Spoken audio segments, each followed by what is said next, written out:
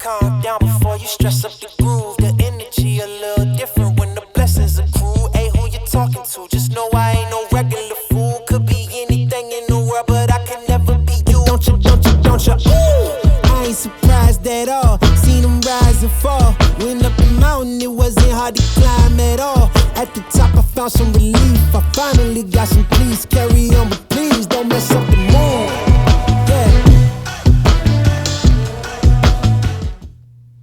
All right, welcome to Time Out, powered by Evo 3 Sports. We're your hosts, Mark Thomas. And I'm Mike Houlihan. We are the co-founders of Evo 3 Sports, a multimedia platform acting as headquarters for coaches and athletes to share knowledge, network, and support athletic communities.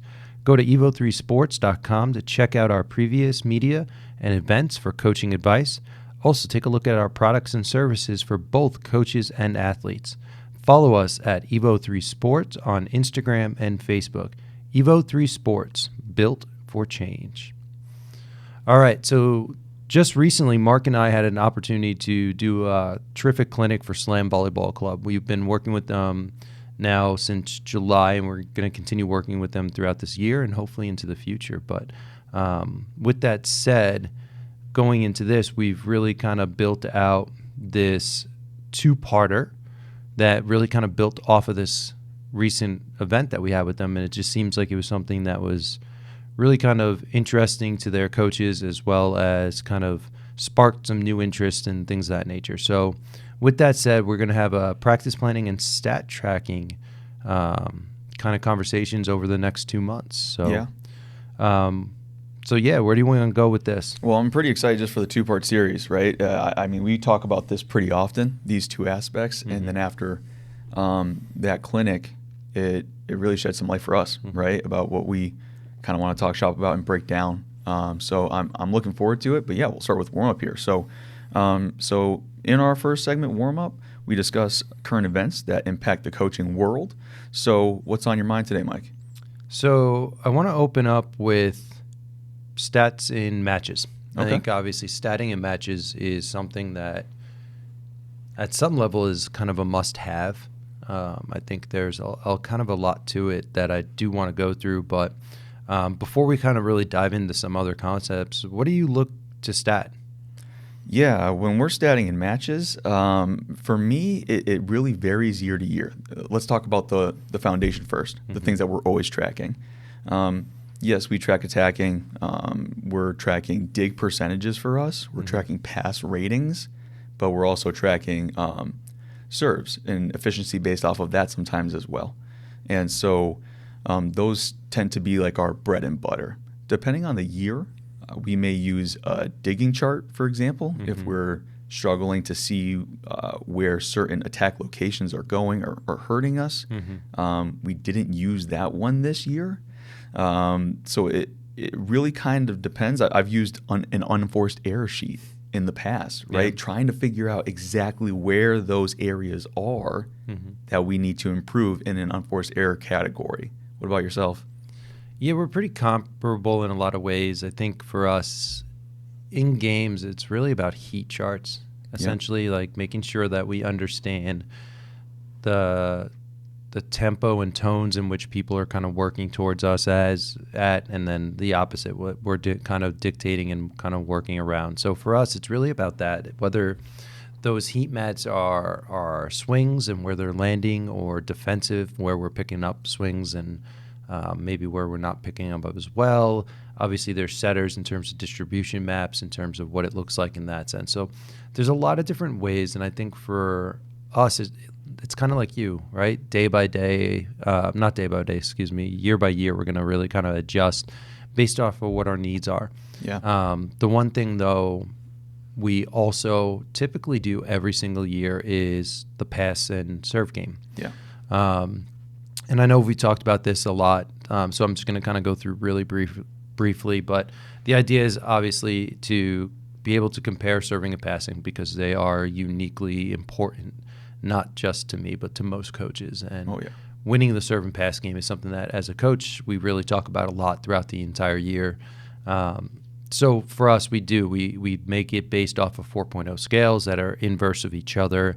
And by just driving home the idea of them knowing whether we're above the average of a 2.0 or below the average of the 2.0, it'll let them know whether or not we're winning that in-system, out-of-system game, the serve and pass game that is really important. So that's something that we are pretty good at making sure we have every single year. Okay. But otherwise, it's really about figuring out what heat maps are most important to us during that part. Yeah, I mean, and going into something pretty similar, when you think about like your scouting sheets sometimes. So some teams use a sheet that will go through all 6 rotations, so that way they can see what those tendencies are. Not only that, you can really dive into it a little bit further and even have the direction of where those attacks are going, for example, so that way you can see in specific rotations areas that they're really trying to pick apart as well.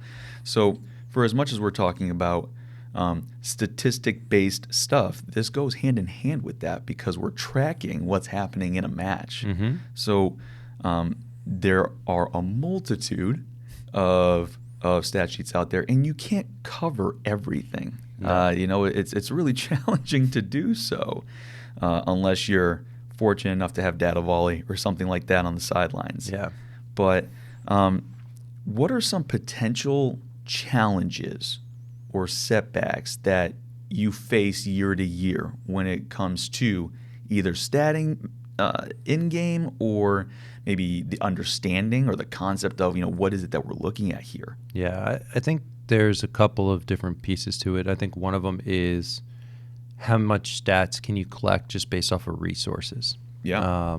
Assistant coaches, things of that nature, and how much do you want them focused more on the match and the tone of the match and things of that nature, or you as a head coach for the same reasons, right? You want to be more in tune with what's going on a second-by-second basis out there on the court and just getting feedback from the bench in terms of statistics, and how you build that is really kind of important. And it really kind of puts those limits on it.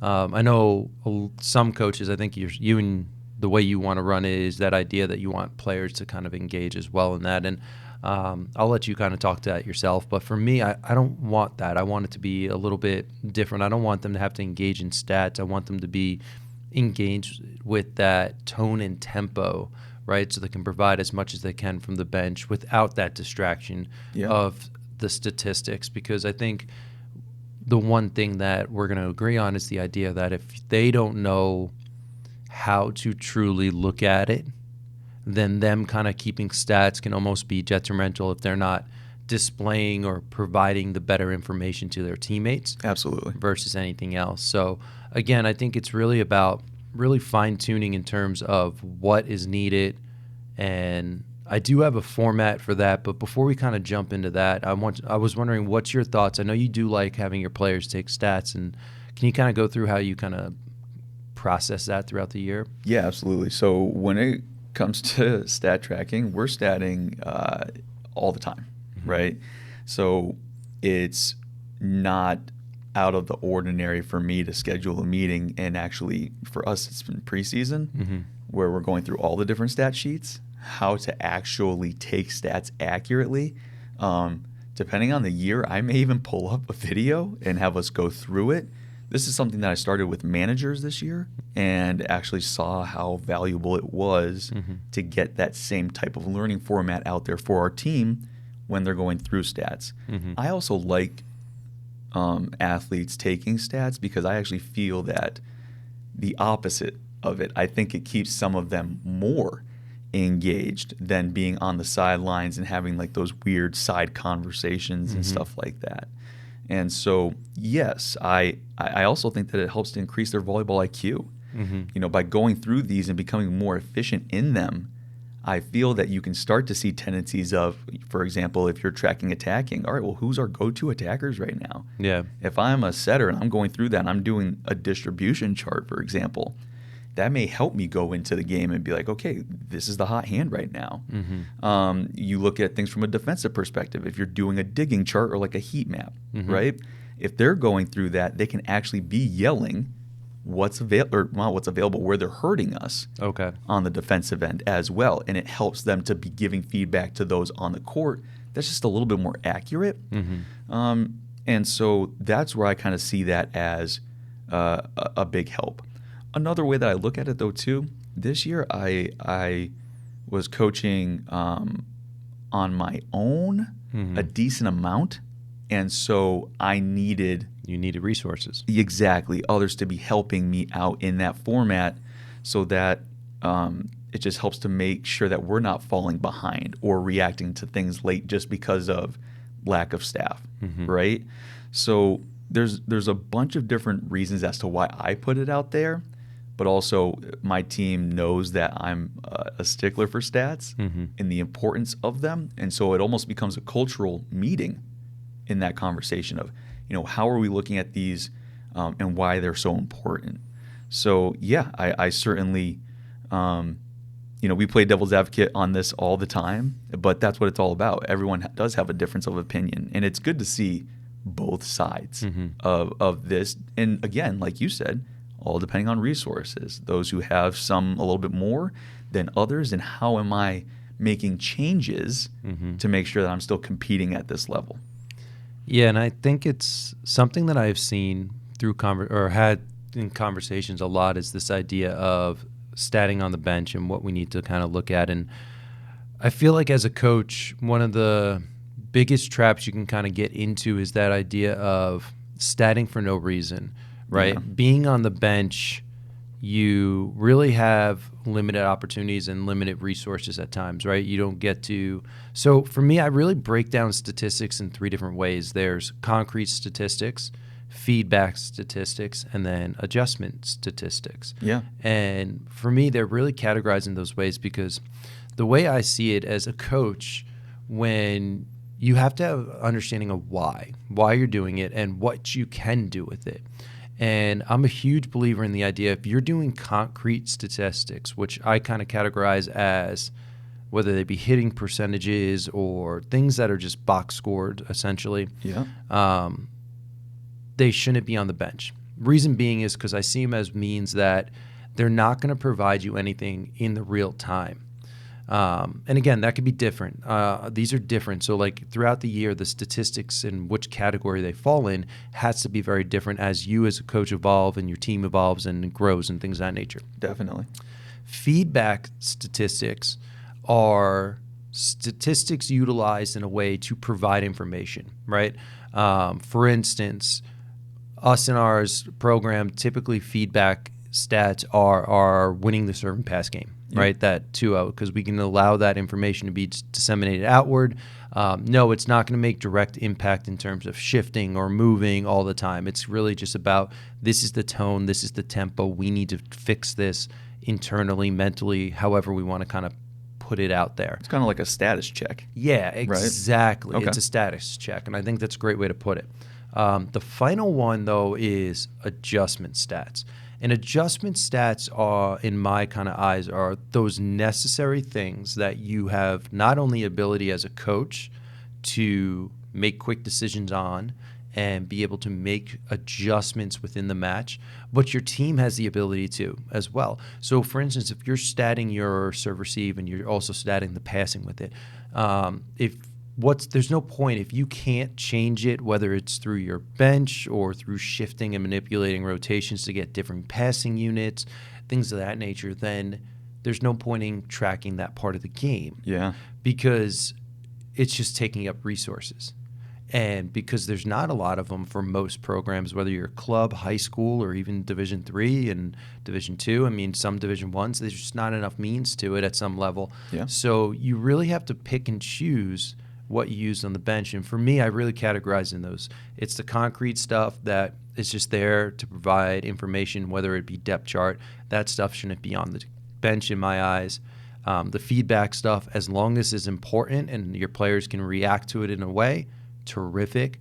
And then the adjustment stuff is something that you actually can make a change and utilize that information so quickly that you can have a huge impact on the game as a coach. Yeah, and when you look at it that way too, I love the fact that you're looking at it from 3 tiers, right? Mm-hmm. So you have your concrete, your feedback, and your adjustment. And when it comes to debriefing matches, I look at this as an incredible, valuable tool because there are different stats that you should be talking about at the end of matches or maybe the next day, right? And we're going to be diving into that through this podcast and part 2 as well, in some different areas. So certainly stay tuned, everyone, and check out the other parts of our breakdown here for stat tracking just in general. Yeah. So this episode of Timeout is brought to you by Molten USA. Molten is the preferred ball of Evo 3 Sports. We use Molten Flista-Tech and Super Touch volleyballs, which are also the match balls for NCAA men's and women's national championships. Check out Molten at moltenusa.com. Molten for the real game. If you're a coach or club director that wants to add a team handbook for coaches and athletes in their program, check out Evo 3's new team handbooks. We've made stock handbooks and can make custom handbooks designed for up to 3 levels. That's within a program ranging from introductory and basic levels to elite programs. You can purchase these handbooks on our website, evo3sports.com. That's EVO, the number 3, sports.com. All right, we're going to shift into game film. As a coach, when you watch game film, you're looking to improve both yourself and your team. We named this segment Game Film as we discuss systems and concepts we're either using we used in the past or we're intrigued about using in the future.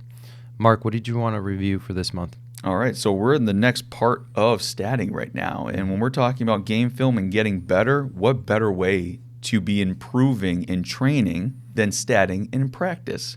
This is a theme that, depending on the program, some are diehards about. Some maybe not necessarily have even thought of the concept of statting things during practice. But for yourself, what is it that you're statting in practice? How do you choose what it is that you're statting? So I'm actually going to start with the choice part. The choice part really kind of determines on a bunch of different aspects, right? So when we look at it, and this can change a few times throughout the year. So early on, when you're really trying to create depth charts, I think traditional statting is really important in terms of pass ratings potentially or defensive efficiencies, offensive efficiencies in terms of kill percentages, things of that nature. I think that's something that's fairly obvious at some level, right? Because you want to depth chart it out, get people to understand what their roles are, what their capabilities are. I think for me, though, something that we've done a lot in the past few years is the idea of relationship kind of charting, right? I know a few months back, Efron was able to talked about the idea of creating opportunities in terms of building relationships between passers. He talked about it pretty heavily and how important it is because sometimes people just vibe. They vibe better in their passing range. So I've always found that when we have maybe younger teams that we don't really know much about at that point, that's a big kind of thing that you might need to look at in different ways. So there's a lot of different ways to kind of look at it. Obviously, you have setters connections and how well they connect with certain hitters. So if you're running a 6-2, that may be very important to know, right? Because who you going to work with 2 out of your 3 rotations, setter 1 or setter 2. Right. Passing's another one. Passing where you can be comfortable next to somebody or not comfortable. For instance, sometimes there's just very aggressive passers that will take more than maybe other people would. Yeah. So by getting those players that are both kind of evened out, you will kind of own their own area, and then getting someone that really shies away with someone more aggressive, those type of relationships could actually really benefit you and also make major decisions in how you set up your lineup. So for us, it really just depends on that scenario of, do you know more about this type of stuff with your team already from previous seasons? You're inserting maybe 1 or 2 new players into that lineup, or is this something that you're building out from scratch? I think that to me is really kind of where it is. And as you develop throughout the season, obviously these statistics can change based off of where you're at. But I guess before we kind of dive further into that stuff, what do you kind of look for? A lot of the same things that you're looking at. I love the fact that you touched upon the relationship building. We can have the eye test as coaches and feel that these 2 passers, for example, work best. However, stats don't lie. No. So long as you take them well.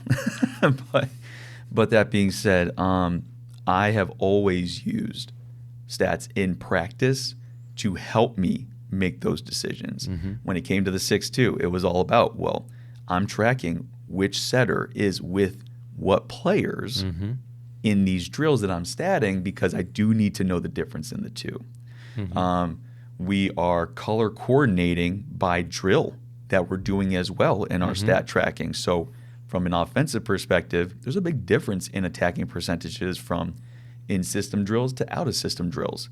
I'm trying to find out who the best in and out-of-system attackers are, because depending upon the rotation, if you're really struggling to get out of something, that may dictate where you're putting certain players. So when we talk about training with a purpose, I feel that practice stats help fulfill that. Can't talk.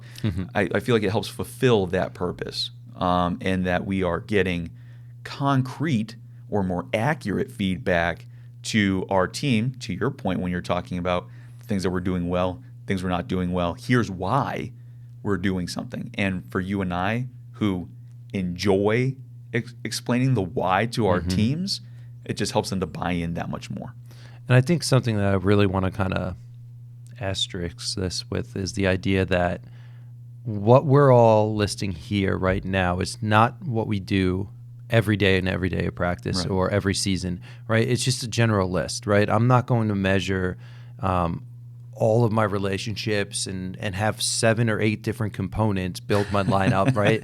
They're going to conflict. They're always going to be conflicting kind of actions in there. So it's really about figuring out that what is that 1 to 2 thing that you really just need some backup information on, right? So if passing is a large part of your game based off of whether you do it really well or potentially you don't do it really well, then maybe you should be doing that passing relationships to really kind of amplify it, to offset the fact that maybe you don't have as strong of an offense or whatnot. But there's just a lot of things. So really understand that we're not telling people to go out there and bust open all their resources to get all of this information to build a singular lineup, because if you end up doing that, you're probably going to get some kind of injury that will ruin all your statistics. 100%. And a lot of time wasted on your a lot of time, right?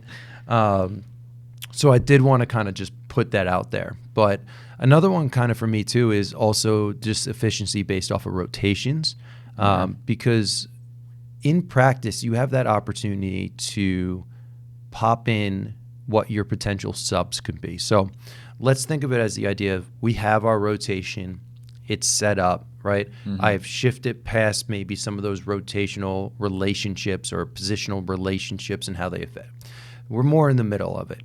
Now you kind of have your roles and your tiers. So in the middle of the season, what I try to track is what players can step in certain scenarios that I would think we would need. For instance, serving specs or a DS, or, hey, this undersized, let's say, setter that's running a 5-1, we pop in a quick 6-2. What I then do is pop them into different areas, and I want to figure out where they're actually having the best impact. Right? So when we use serving specs, it doesn't necessarily mean that we're going to take out our worst server. What I want to know, though, is what area can she make a bigger impact in? So, for instance, if they have a different type of serve, having the ability to maybe break up a float, right? And have something a little bit different and unique in the middle of it is something that we can look at, right? And we can see how that has impacts on little areas of the game. The same thing, right? For instance, if you have the 5-1 and you want to potentially put in another player, you can also stat the idea of, all right, well, if we're serving, right, we typically have less opportunity to essentially really kind of dig and get a full nice setup in running offense, right? Typically when you're playing defense, most of the time you're probably getting out of system balls. So is there an opportunity to get one player in for the setter, not have to bring in another setter, and have somebody out there just be able to handle out of system balls in a routine way? Exactly. This is that stuff. Now you're in the middle of the year, is you stat maybe that what's the next move, right? What's your adjustments and how do they look So that way you're practicing the scenarios off, you're getting statistics on it out of a match, and you're in practice. And then you become comfortable essentially going from a feedback statistics to maybe an adjustable statistic. Well, it's the evolution that we constantly bring up, right? That you have to have an ability to say, all right, well, based off of phase one, right, of these stats, if you look at it from that perspective, what does phase two look like, or what should it look like in order for us to improve or elevate our game? And so if you look at it from that perspective, it also helps you to even plan practices as well. And so that's why I feel it's so important to be statting in practice. Is again, when I think of practice, it's all right, well, we're training for matches. I look at stats the exact same way. If we're using stats in matches and we're trying to make some adjustment changes here, well, it all starts in training, no? Like that's how I've always looked at it. And so, adding on to that, statting in practice also helps to keep our athletes accountable. It pushes them to work a little bit harder in practice because they know that evaluation is there. It gives them a little bit of an increased sense of pressure, which I always feel is one of the biggest challenges in practice, outside of whatever hypothetical situation you set up. But what's something maybe just a little bit more organic, where they can feel that, increased pressure overall. And so I feel that it just kind of helps them to be a little bit more comfortable in uncomfortable environments. Don't get me wrong. I've had programs in the past that take stats way too far, and they use them as the end all. It can even dictate their body language throughout the course of practice. If they look at their stat and they're like, "Oh gosh, I'm not doing well," or they know they're not doing well and they don't even want to look at the stats. So I've always, now I shouldn't say always. I now really try to emphasize the reasoning why I'm statting certain things with the team. I help them with the strategic outlook that I'm using stats for. And that's what you were talking about mostly, is let's use stats to improve our team strategy and team chemistry. So I'm right there with you. Yeah, and I think there's just so many opportunities. So obviously there's a lot of challenges when it comes to coaching, and I think one of them is time, resources. Oh, yeah. Right? We hear it all the time, that idea of just don't have enough time, don't have enough resources. And I also think this is why you have to make really smart decisions on what you stat, because concrete stats, that can be done at any point, right? I mean, whether or not you record your practices or not for the use of players, I think you should record it. If you feel that you don't have enough time, then unfortunately you may need a new job. No, and I'm with you. We've heard this one too many times. Too many times. Like, and that's the tough part, right? Is that idea of, well, I don't have the time to do that, because we bring up these concepts and these ideas. And again, like I said earlier, we're not asking for you to do anything, or all of it, I mean. Right. But you got to do something, because if you're not doing some kind of statistical breakdown in any one of these means or you're just talking about the idea of, well, it takes me away from providing feedback to players, and then record practice and do it that way. Because if you're not, then you're going on the gut. And I'm sorry, the gut doesn't always tell the right story, right? We talk about this with our team, is the idea that and I know we may differ. I think we do differ on this a little bit. I don't know if I remember. But when we talk about post-match stuff, I really kind of wait on the nitty-gritty, right? I don't try to make these decisions based off it. I really kind of wait to go look at the concrete. I need to see concrete. I need to rewatch, because sometimes gut kind of information is just, it's not approachable in that sense. So this kind of brings me back to that other idea of know what your challenges are and overcome them. Right.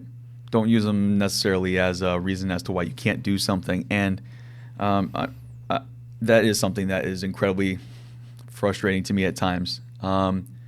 If you are accepting a coaching position, okay, you're accepting it. No one's forcing it on you. So let's make the most of what you have and don't have. Yeah. And so it is about what is maybe the extra time that you may have to put in to make sure that you, again, aren't falling behind or your team is struggling with lack of information. I mean, for me, I like I said, this year I was by myself a significant amount of time, but I was able to maximize my resources and what I had in order to still get all the information that I needed on a bench. And so for me, it's never been this, well, I just don't have this, so I'm not going to do it. No, I have to find ways to actually get that done. If we're asking our athletes, let's use a club coaching example. If you're only able to practice twice a week, I would hope that athletes are working on some stuff some other days throughout the course of the week. Yeah. Wouldn't you like that to happen? Wouldn't you like athletes to, want to go through the extra work? Well, if you want that from your athletes, you have to be able to put that in yourself. Yeah, I agree.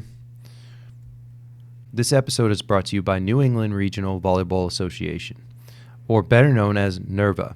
Evo 3 Sports is a proud partner of NERVA, providing educational and high-performance programs for the best talent in the region. Check out NERVA's website at nevolleyball.org for upcoming high-performance tryouts and educational opportunities. NERVA, built to promote, develop, and expand volleyball within our New England community. All right, so now we're going to move on to our next segment, Talking Shop here.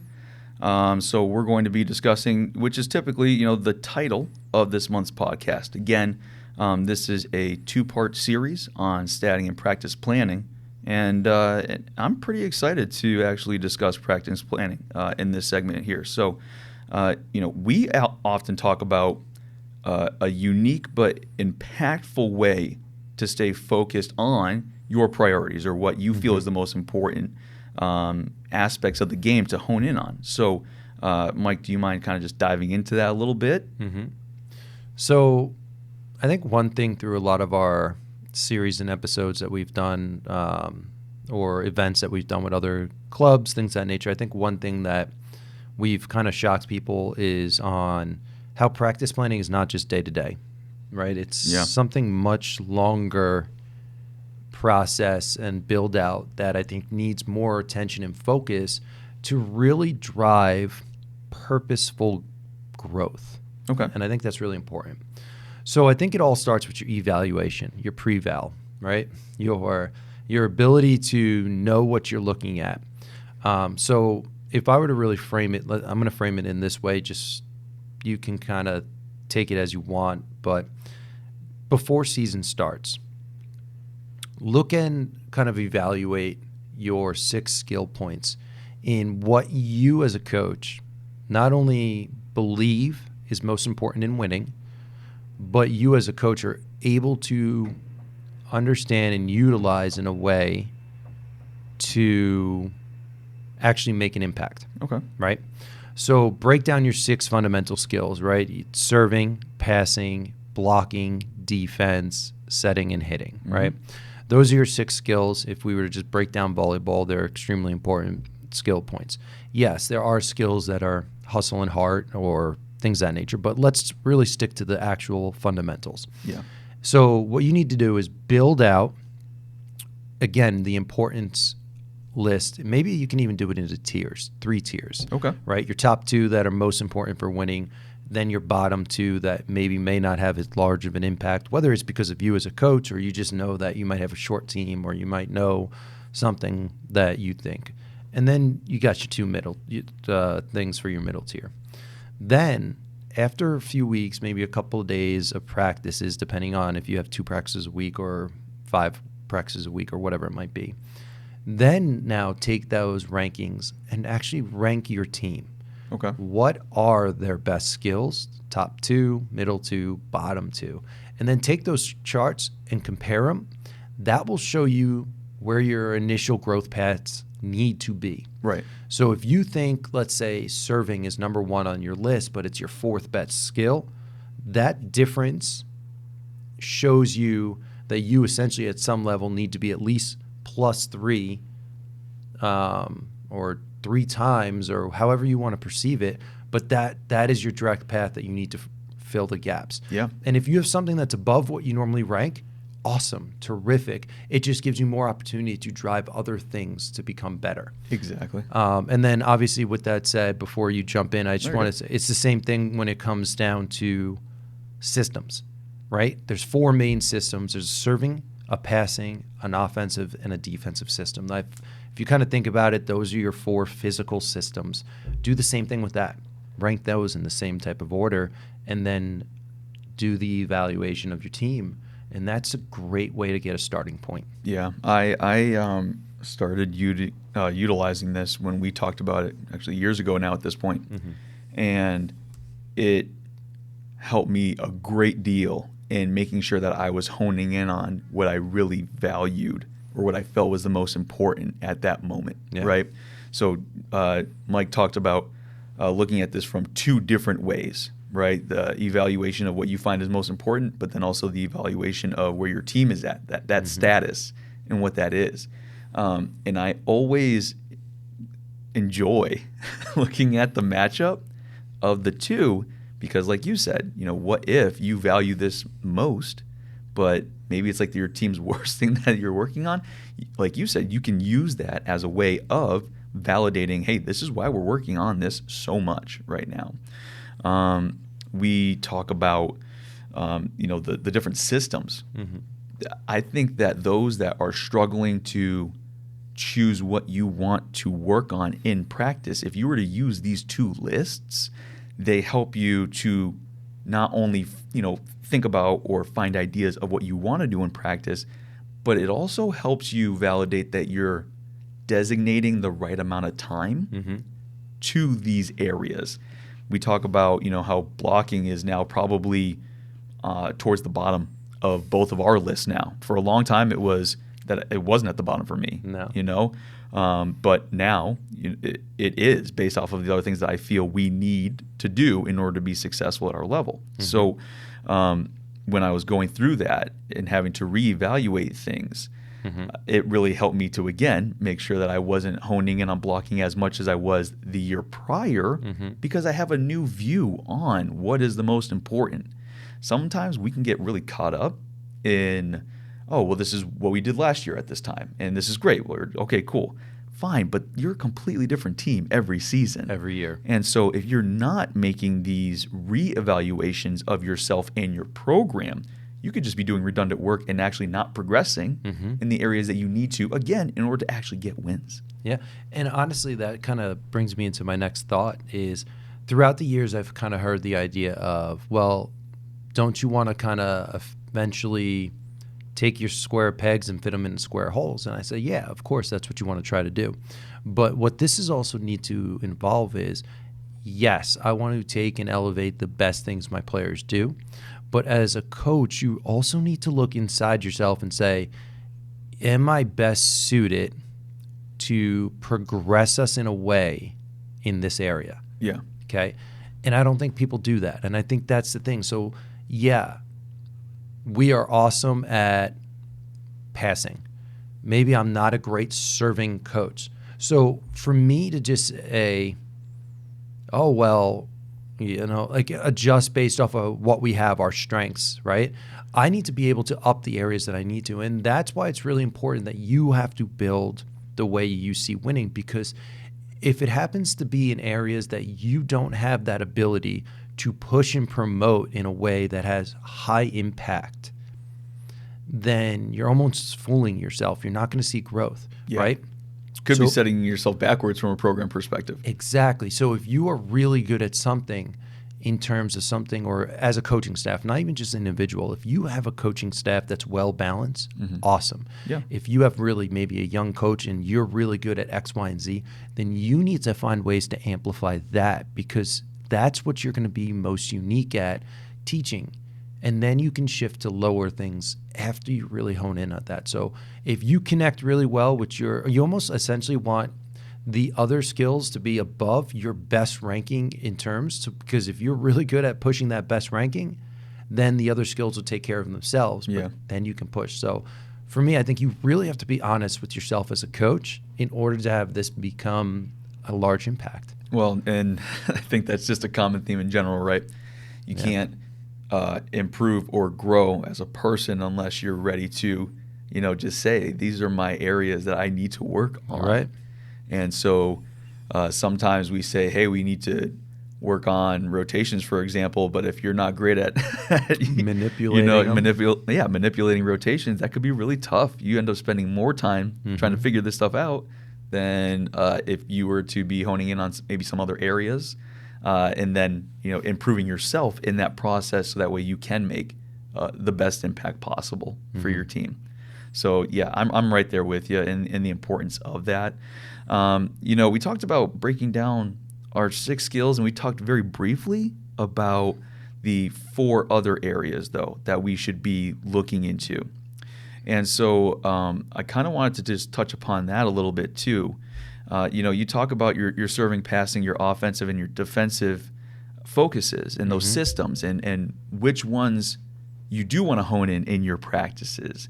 And I've always felt that if you can rank those 4 as well, it almost gives you a pretty good vague draft of at least the area you want to concentrate in for certain parts of your practice. Like, you can start blocking off certain areas. So if you feel that your serving systems are the most important, are you making sure that that's actually in your practice every day, right? And so I think I almost hone in more on the 4 areas sometimes than I do the 6 technical aspects of the game when it comes to practice planning, just because, when you look at things from a team format especially, you got a whole, I have 19 kids in my program. Yeah. And so it's like, what do I feel these 19 need to hone in on? Okay, well, we got certain categories here for everyone, but realistically, when we get to the team stuff, I have to be on point with my top 4 and make sure that we are dedicating any team drills, 6v6 stuff, to that stuff as well. Yeah, and I find that I get the question of serving and passing systems are more simplistic, right? So how do they really build differently than individual, like serving and fundamental passing? And I know we talked about earlier the idea of relationships within passing. So I think passing is a little more obvious, but relationships in passing is part of your system, your passing system. Yeah. The other one, though, is serving in the same aspect. You can rank really high in serving individually, fundamentally. But if you have an entire team that maybe does the same exact serve, then your serving system isn't going to be as effective, right? Yeah. You need to create balance within the way you rotate into serves. You have to be able to have people that can hit all 12 areas within the court. You have to be able to hit it on a way that you can have 2 different types of serve, whether it's more aggressive or a more accurate type of serve, or a balance of both, right? There's so much more to the system than I think people kind of give credit to. Oh, yeah. They'll just kind of shove servers back there and expect them to do their serve, and that's going to work, right? Right.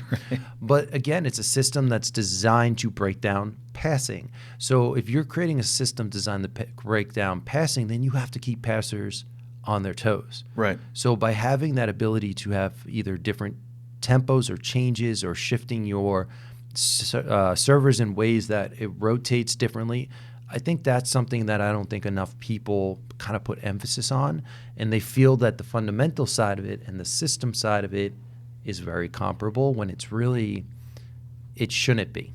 Yeah, and I think that it also causes that redundancy feeling for your kids that all of us fear, right? So we say, oh, well, we can only work on serve and pass so much. I've heard that.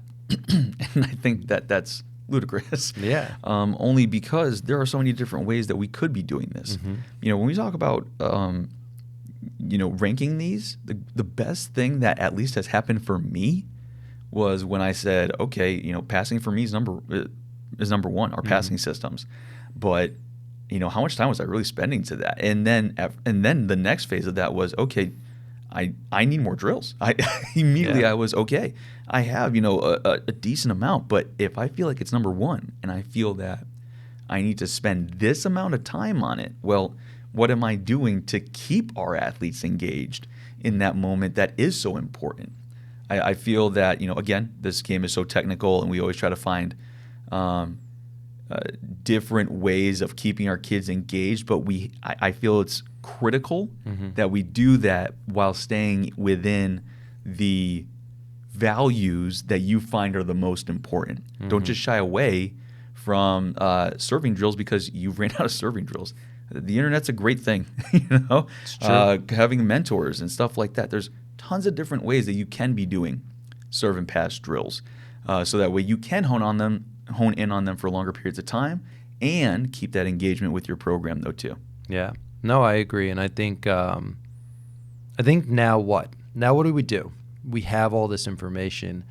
You have your rankings, you have your evaluations. Is there something particularly that you do to kind of actually utilize it?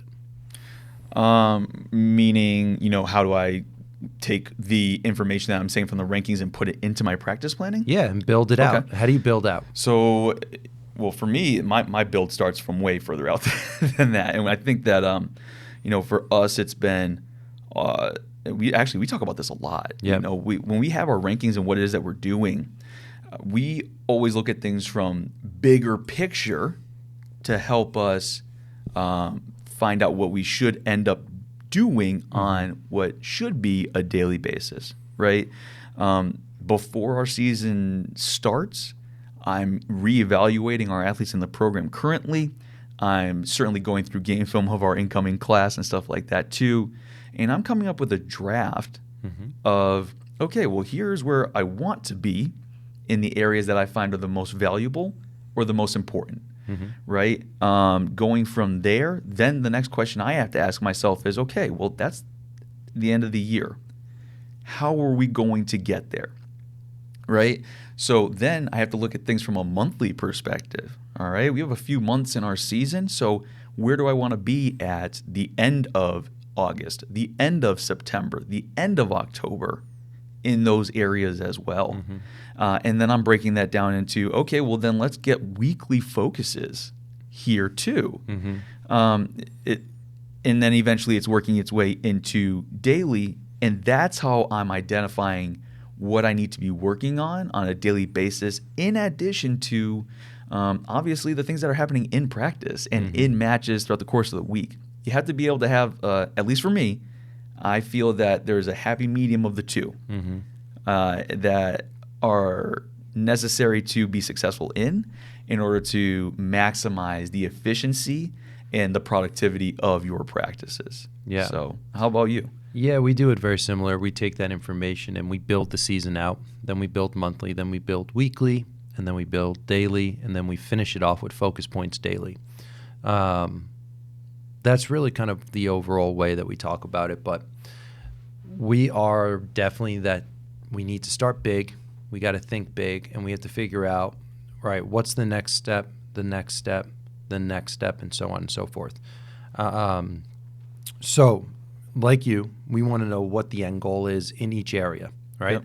Whether it be fundamentals, right, passing a certain percentage per person or whatnot, and then or serving percentages or so on and so forth. What we want to see fundamentally, and how does that build into our offenses, and what do we want to see in the end, right? Do we want to see 2 efficient defensive systems? Do we want to see 3 efficient defensive systems?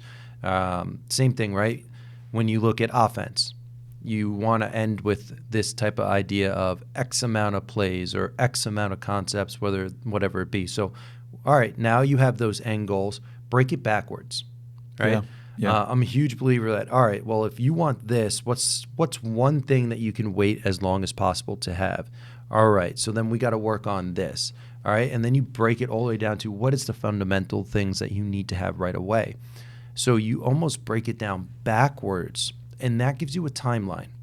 Now, as you kind of look at this timeline, I'm a huge believer in the idea of, yes, you want to hit 100%, but make sure that you don't have to hit 100% before you introduce the next topic when you build out this year, Absolutely. month-to-month season calendar, right? Create that opportunity to continue growth while you're finishing growth, if that makes sense. Oh, yeah. That overlap is something that I think people don't utilize. They're like, all right, well, let's get really good at perimeter, and then we'll shift and get them really good at rotational. Well, why not do both, right? I know we talked this one very particularly during the Slam event is someone was talking about the idea of like, well, we're trying to do perimeter and then we're trying to get rotational, but then they're getting confused. And it's like, well, why not introduce half perimeter, half rotational as your defensive system? Because when you shift and need both, then they just mirror it. Yeah. And then you create mirror versions. Now you have two systems that you're going to adapt to right away because you took parts of each and grew at the same time, right? So that's a big part of it. And then after you have that long plan, you'll figure out that monthly plan like we're talking about, right? What's the breakdown of each month? Now you look at that month, and then you take it into 4 weeks, let's say, or 4.5, whatever it ends up being.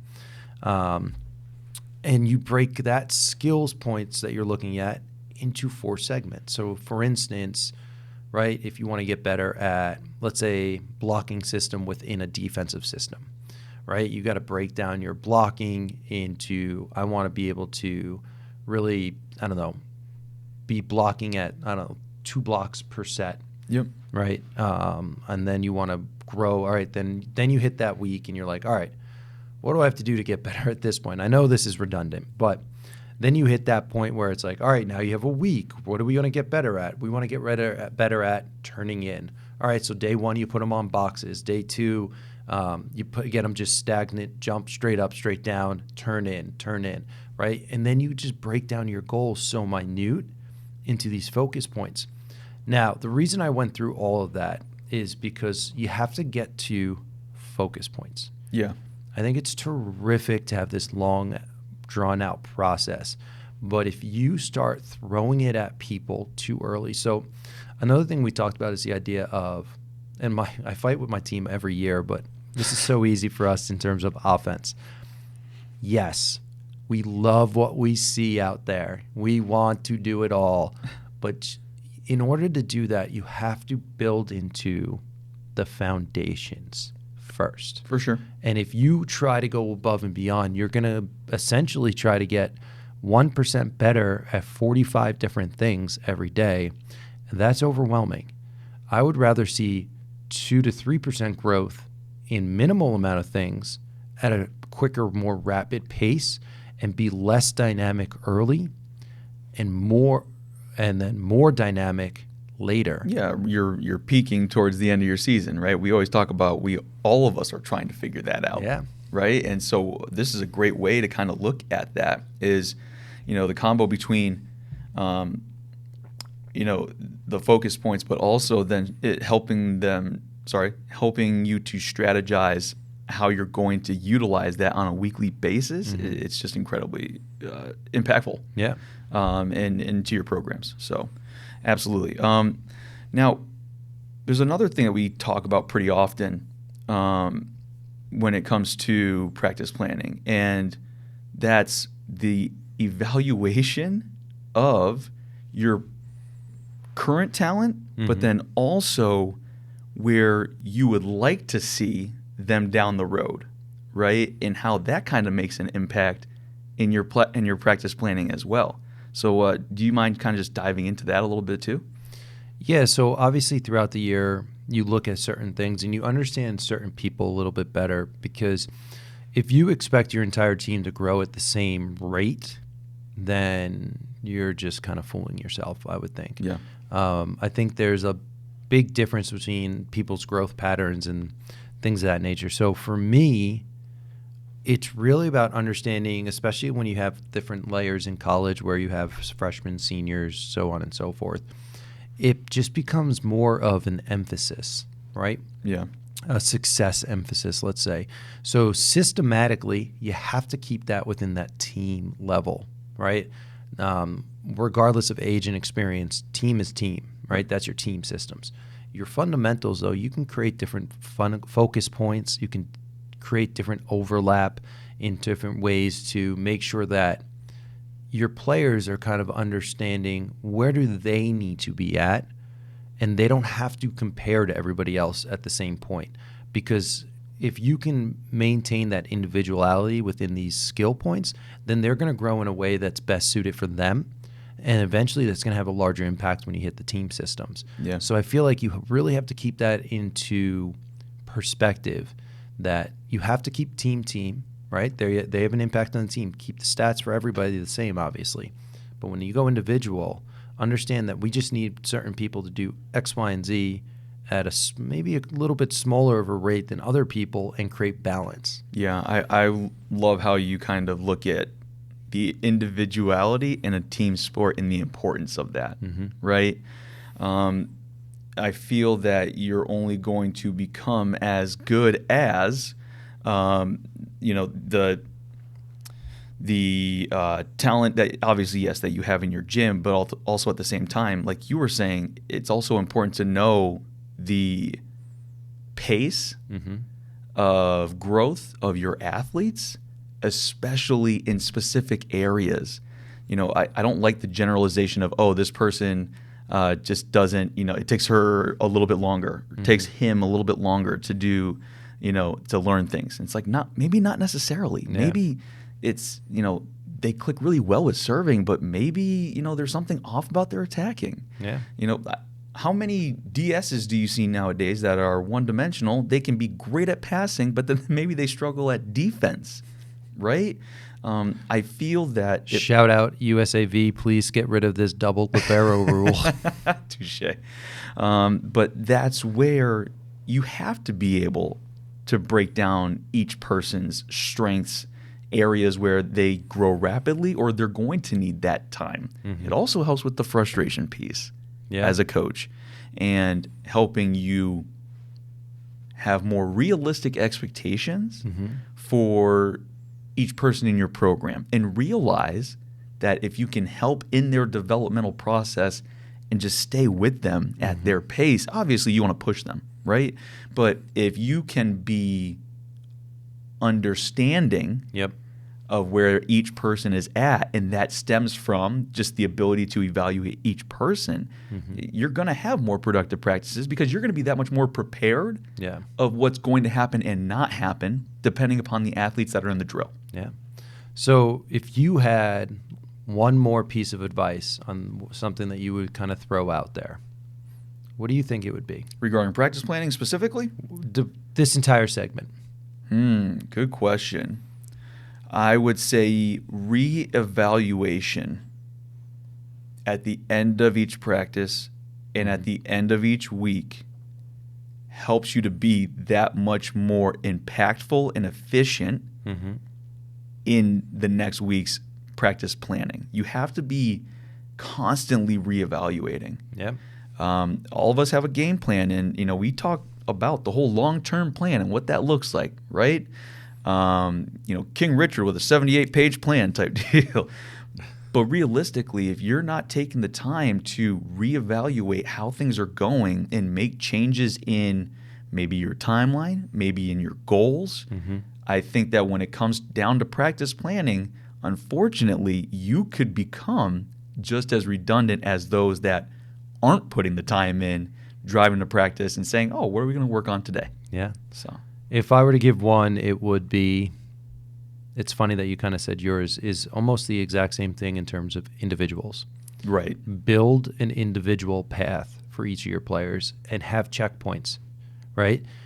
Set up design times within your season to have direct checkpoints and make sure they understand what their role is at day one, and ask them, what do they want their role to be? And then provide them the information that they need to try to obtain that next role. Oh, yeah. Understanding, and make sure you kind of put it in perspective for them in a sense of, all right, yes, you are a non-starter, you want to be a starter, but why don't we just work on this checkpoint of, you're an outside, you just got to, get you passing better, right?